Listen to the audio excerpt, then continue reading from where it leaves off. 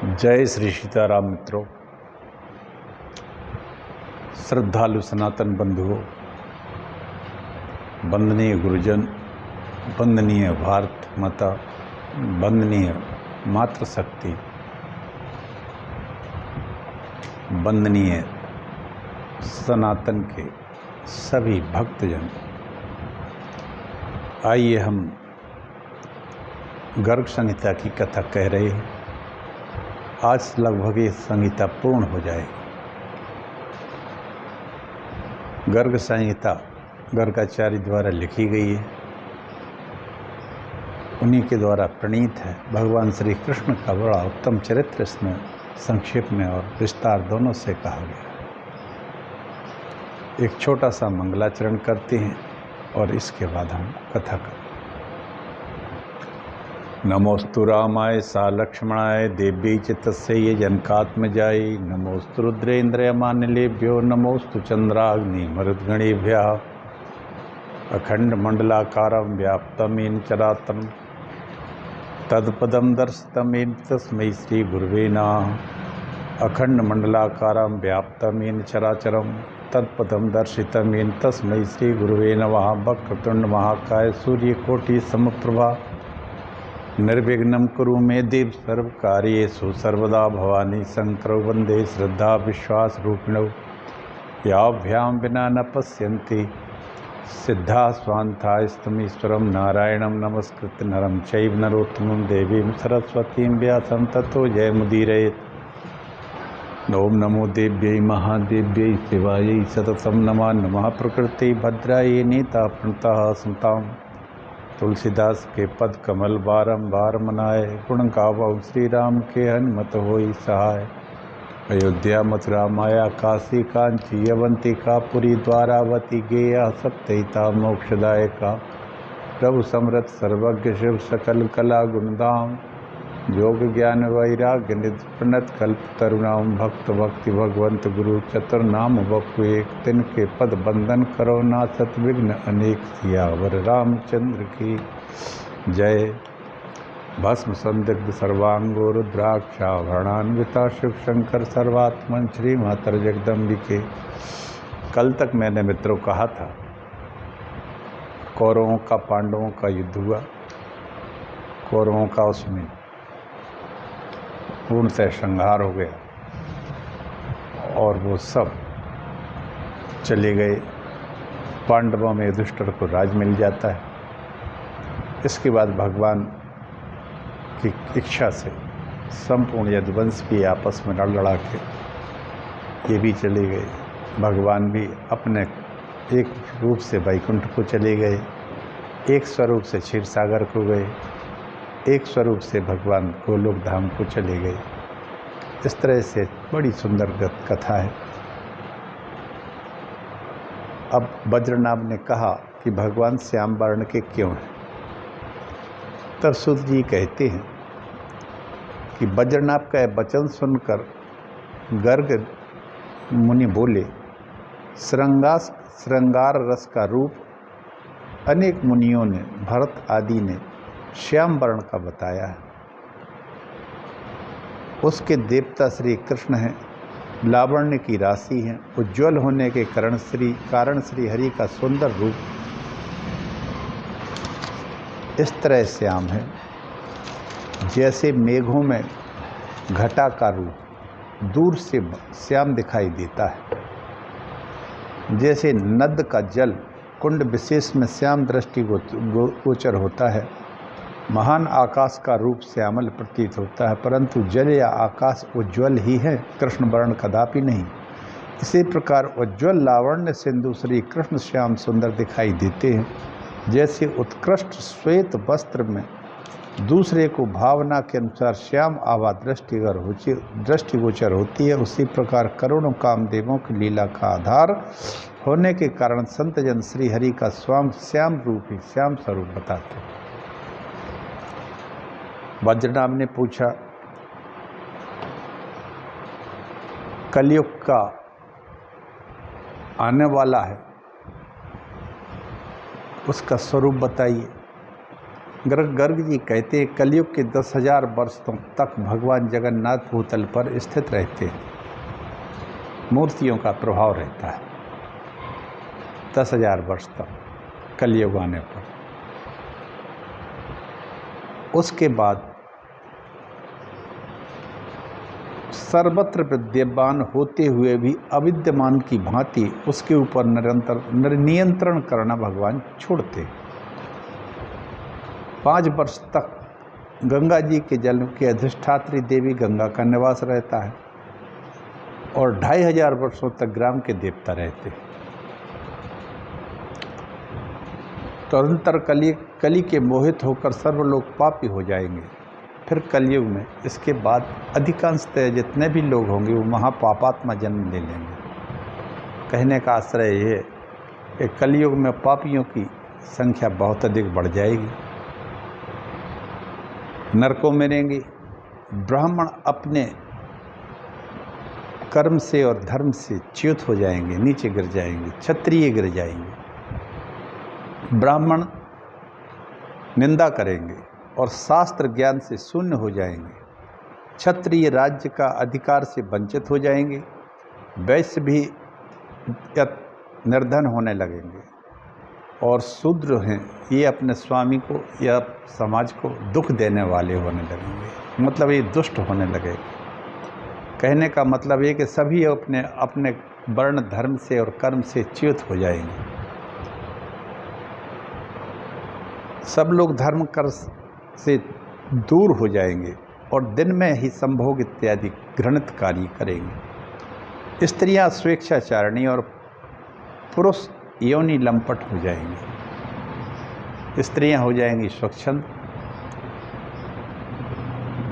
पतियों से विवाद कलह ये करेंगे और पुरुष लंपट हो जाएंगे, पर स्त्री भोगी हो जाएंगी। गायों का, पितरों का, भगवान विष्णु का, तुलसी का सब तिरस्कार करेंगे और कलयुग से मोहित होकर इनको छोड़ने लगेंगे। आज हम गायों की स्थिति तो देख ही रहे हैं, ब्राह्मणों की स्थिति समाज में देख ही रहे हैं, सब जगह तिरस्कार हो रहा है और प्रायः सभी मनुष्य शूद्रों के समान आचरण करेंगे। वैश्याओं, पर स्त्रियों में तथा पराये धन में आसक्त होंगे। तो मित्रों, हम देख रहे हैं भ्रष्टाचार का बोलबाला बढ़ता जा रहा। फिल्मी दुनिया की बड़ी महत्वता होने लगी है, ये भी एक वेश्यालय ही है। स्त्रियों ने अपना लज्जा का स्वरूप छोड़ने लगी हैं और जगह जगह हर विभाग में नौकरी करती हैं, पुलिस में तो कहीं कुछ, जो कि इनके लिए बिल्कुल सूटेबल नहीं है। प्रायः सब मनुष्य शूद्र के समान एक वर्ण के, एक ही वर्ण रह जाएगा कलयुग में, वो है शूद्र वर्ण। और कलयुग में पत्थरों की भी वर्षा होगी। तो पत्थरों की वर्षा तो अब होने लगी हर जगह, हर शहर में। जहाँ देखो कश्मीर से लेके केरल तक पत्थरों की कहीं भी कोई जगह वर्षा हो सकती है, किसी के द्वारा हो सकती है। पत्थर गिरेंगे जरूर। प्राकृतिक वर्षा भी होगी, ओले भी गिरेंगे, खेती बाड़ी चौपट होती रहेगी, नदियों का जल सूख जाएगा। और इसमें एक और विशेषता होगी, राजा प्रजा को मारेगी और प्रजा राजा को मारेगी। और ये भी हम सब देख रहे हैं। विक्रमादित्य, शालिवाहन, नागार्जुन, कल्कि ये संवत्सर के प्रवर्तक होंगे और कलयुग में काफ़ी हद तक ये धर्म को बचाए रहेंगे। युधिष्ठिर तो धर्म राजा हो चुके हैं, शेष राजा भविष्य में तथा समय पर होंगे। ये चक्रवर्ती होकर अधर्म का नाश करेंगे। वामन, ब्रह्मा, शेषनाग, सनक आदि ये भगवान कलयुग के आदेश से धर्म की स्थापना में रक्षा करने के लिए कलयुग में ब्राह्मण होंगे। वामन के अंश से विष्णु स्वामी होंगे। विष्णु स्वामी वामन के, भगवान वामन के अंश से एक अवतार होगा जो ऋषि अवतार है। ब्रह्मा जी के से माधवाचार्य, ये भी हो गया है। शेषनाग के अंश से रामानुजाचार्य, ये भी हो चुके हैं। सनकादि के अंश से निम्बार्काचार्य होंगे। एक कलयुग में संप्रदाय के प्रवर्तक हो आचार्य होंगे। चारों विक्रम संवत के प्रारंभिक काल में ही होंगे। इस भूतल पर को अपने संपर्क से पावन करेंगे। संप्रदाय विहीन पंथ निष्फल होंगे। अतः सभी मनुष्यों को संप्रदाय के मार्ग से ही चलना चाहिए। इन संप्रदायों में पापों का नाश करने की कृष्ण कथा होती है। कलयुग में केवल कर्ता ही पाप से लिप्त होता है।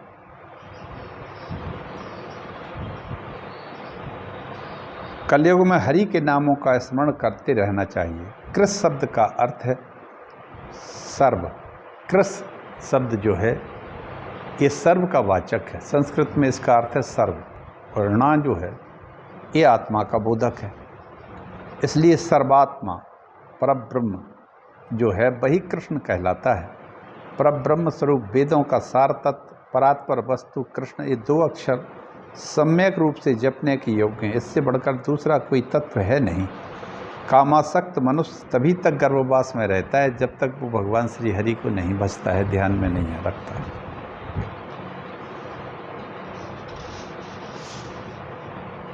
संसार में जब तक श्री कृष्ण की सेवा नहीं करता तभी तक यम यातनाएं भोगता है। ये विषय, भोगों के उपकरण, बंधु बांधव, ये सभी इस भूतल पर विनाशशील हैं। यह बात सत्य है।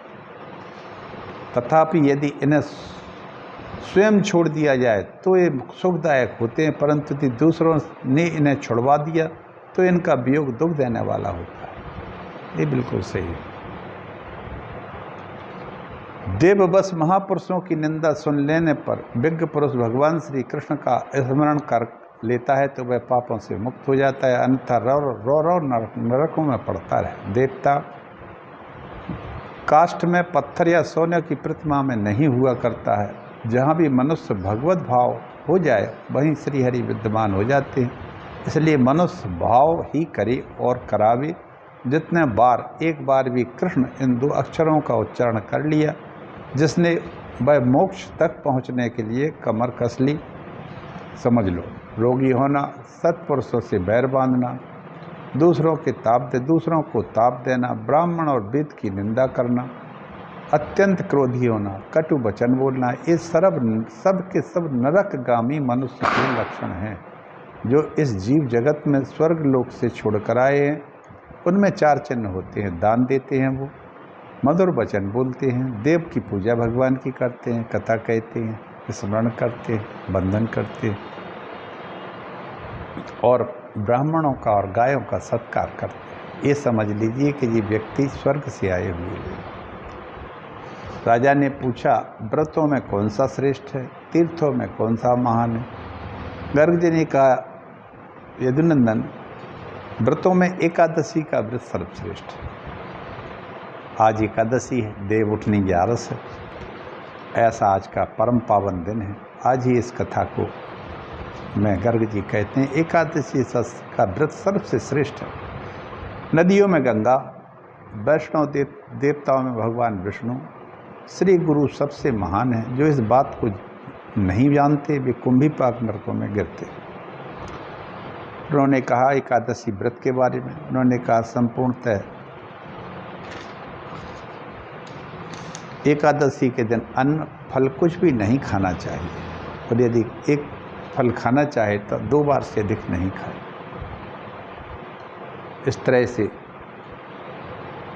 एकादशी के व्रत से धनार्थी धन पाता है और पुत्र प्राप्त होता है और मोक्षार्थी मोक्ष पा लेता है। 15 दिनों में जो भी भोजन में पाप हमें लगता है वो एकादशी के व्रत से पूर्ण। एकादशी के उपवास से वो पाप नष्ट हो जाते हैं।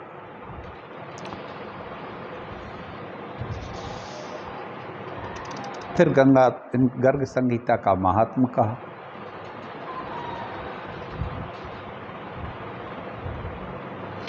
गर्ग संहिता गुरु और गंगा की महिमा, वज्रनाभ द्वारा कृतज्ञता का प्रकाशन, गुरुदेव का पूजन किया, श्री कृष्ण के भजन चिंतन में रहे और गंगा श्री गर्ग संहिता का महात्म हुआ। गर्ग जी कहते हैं, जो फल की कामना से अन्य देवताओं की ओर देखते रहते हैं, भगवान के सबका भजन नहीं करते, वे जीते जी मरे हुए के समान।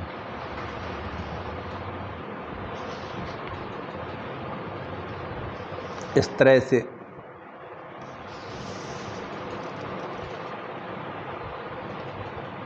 गर्ग जी कहते हैं, शौनक आदि मुनियों ने इस हरि चरित्र को सुनकर प्रसन्न चित्त हो सूत पुत्र उग्रश्रवा की भूर भूर प्रशंसा की। नारायण, मैं संसार सागर में डूबकर अत्यंत दयनीय और दुखी हूँ। काल रूपी ग्रह ने मेरे अंग अंग को जकड़ लिया है, आप मेरे उद्धार कीजिए, आपको नमस्कार। श्री गुरुदेव की कृपा से वाल्मीकि आदि तथा वेदव्यास आदि महर्षियों ने आप मेरी इस तुच्छ कविता पर दृष्टिपात करें, मेरे अपराध को भगवान क्षमा करें। जो ब्रज के पालक नूतन जलधर के समान श्याम रंग वाले हैं, देवताओं के स्वामी, भक्तों की पीड़ा दूर करने वाले परमार्थ स्वरूप हैं, उन अनंत देव श्री राधा वल्लभ माधव श्री कृष्ण को मैं मस्तक झुकाकर मन से और भक्ति भाव से प्रणाम करता हूँ। मेरे आत्मा श्री कृष्ण के इस चरित्र मेरु में 2787 श्लोक हैं। इस गर्ग संहिता में 2787 श्लोक हैं मित्रों, जिनमें से उनके लीला चरित्रों का मैंने गान किया है। वज्रनाभ के पुत्र हुए प्रतिबाहु। वज्रनाभ गोलोक धाम को चले, प्रतिबाहु ने राज्य संभाला। गर्ग संहिता का उन्होंने भी पारायण किया। माता पार्वती और महादेव के बीच में एक वार्ता हुई। महादेव जी ने पूरी गर्ग संहिता के बारे में बताया। ब्रह्मा ने धर्म को यह संहिता प्रदान की। यह संहिता सर्वमंगले। फिर अपने पुत्र ब्रह्मा जी ने नरनारायण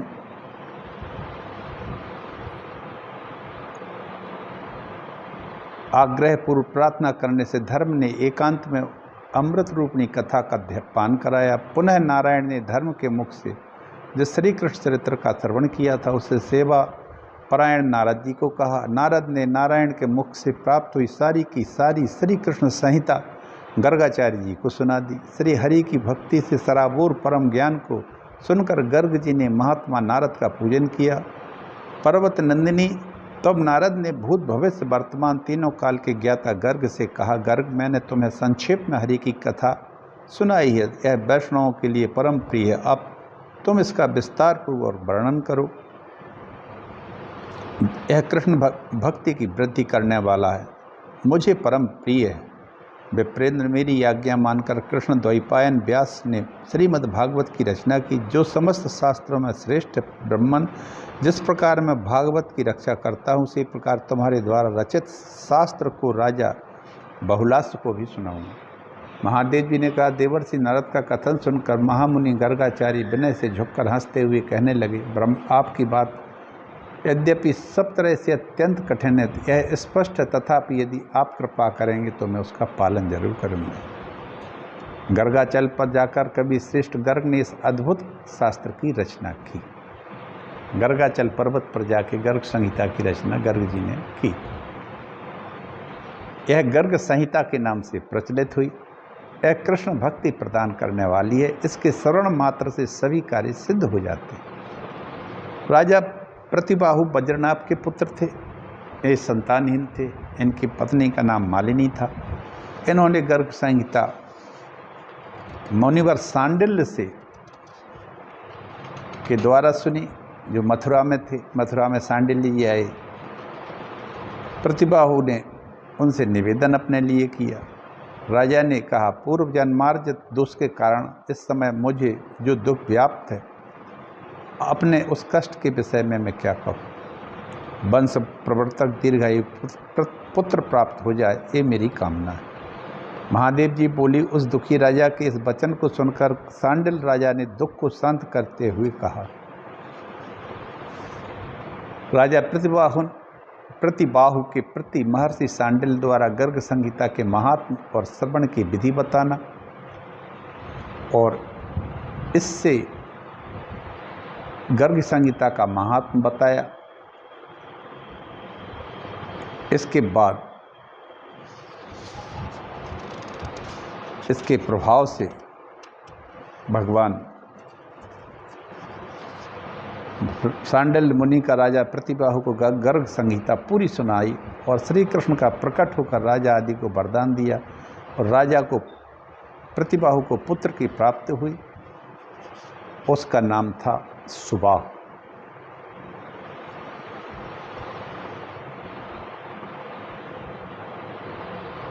समस्त श्रोताओं ने भगवान जगन्नाथ से कहा, भगवान प्रकट हो गए। उन्होंने कहा, हम लोगों के अपराध को क्षमा कीजिए श्रीनाथ, राजा को सुपुत्र चाहिए तथा हम सब ऋषियों को आपके चरणों की भक्ति प्रदान करिए। महादेव जी कहते हैं, भक्त वत्सल भगवान इस प्रकार अपनी स्तुति सुनकर उन सभी प्रणत जनों के प्रति बोले, सांडिल्य तुम राजा तथा सभी लोगों को मेरी बात सुनो, तुम लोगों की कथन सफल होगा। ब्रह्मन इस संहिता के रचयिता गर्ग मुनि हैं। गर्ग संहिता नाम से प्रसिद्ध है। यह संपूर्ण दोषों को हरने वाली है, पुण्य स्वरूपा है, धर्म अर्थ काम मोक्ष के देने वाली है। कलयुग में जो मनुष्य जिस जिस मनोरथ की अभिलाषा करते हैं, गर्गाचार्य की इस गर्ग संहिता सभी को उन कामनाओं को पूर्ण करती है। तत्पश्चात रानी ने राजा के समागम से सुंदर गर्भ धारण किया। एक गुणवान पुत्र उत्पन्न हुआ, उसका नाम सुबाहु था। प्रतिबाहु के यहाँ सुबाहु नाम का पुत्र होता है। गर्ग संहिता का श्रवण करके इस लोक में संपूर्ण सुखों का उपभोग किया और अंत में आने पर गोलोक धाम को प्रतिबाहु चले गए। यह कहकर शंकर जी ने पार्वती से सारी गर्ग संहिता की कथा कहकर विराम कर लिया। पार्वती ने कहा, माधव का अद्भुत चरित्र सुनने को मिलता है, उस गर्ग संहिता की कथा मुझे बताइए। यह सुनकर शंकर ने हर्षपूर्वक अपनी प्रिय पार्वती से गर्ग संहिता की सारी कथा सुनाई। पुनः साक्षात शंकर ने आगे का, सर्वमंगले तो मेरी यह बात सुनो। गंगा तट पर अर्ध योजन दूरी पर बिल्व केस जो सिद्ध पीठ है, वहाँ कलयुग आने पर गोकुलवासी वैष्णवों के मुख से श्रीमद् भागवत आदि संहिताओं की कथा तुम्हें बारंबार सुनने को मिलेगी। सूत जी कहते हैं, सोनक इस प्रकार महादेव जी के मुख से इस महान अद्भुत इतिहास को सुनकर भगवान की वैष्णवी माया पार्वती परम प्रसन्न हुई। मुनि उन्होंने बारंबार हरि की कथा सुनने की इच्छा से कलयुग के आरंभ में बिल्व के वन में प्रकट करने का निश्चय किया। इसी कारण वे लक्ष्मी का रूप धारण करके सर्वमंगला नाम से गंगा के दक्षिण तट पर प्रकट होंगी। सुनो, गर्ग संहिता का महात्म मैंने कह दिया। जो सुनता है अथवा पढ़ता है वह पाप और दुखों से मुक्त हो जाता है। बोलिए कृष्ण भगवान की जय, राधा माधव की जय, उमा महादेव की जय, हर हर हर महादेव, सभी संतों की जय। आज एकादशी का व्रत है। आज एकादशी का देव उठनी 11 है। आज से सनातन के लोगों के यहाँ विवाह संस्कार शुरू हो जाते हैं। आज मैं एकादशी व्रत की सब लोगों को शुभकामनाएं देता हूँ। भगवान श्री कृष्ण सबके ऊपर कृपा करें। भगवान पार्वती, माता पार्वती, भगवान भोलेनाथ सबको अपनी भक्ति प्रदान करें, सबकी रक्षा करें, देश की रक्षा करें, समाज की रक्षा करें। हर हर महादेव। आज गर्ग संहिता ये पूर्ण होती है। आगे की कथा हम फिर कल से 1-2 दिन में शुरू करेंगे। एक नया पुराण लेंगे। नरसिंह पुराण भी कोई बहुत बड़ा नहीं है। मैं चाहता हूँ कि नरसिंह पुराण की भी कथा कहें। ये भी पुराण बहुत ही असाधारण पुराण है। पुराण तो हमारे सभी असाधारण महान हैं। इसी के साथ मित्रों में अपनी वाणी को विराम देता हूँ। जय श्री राम।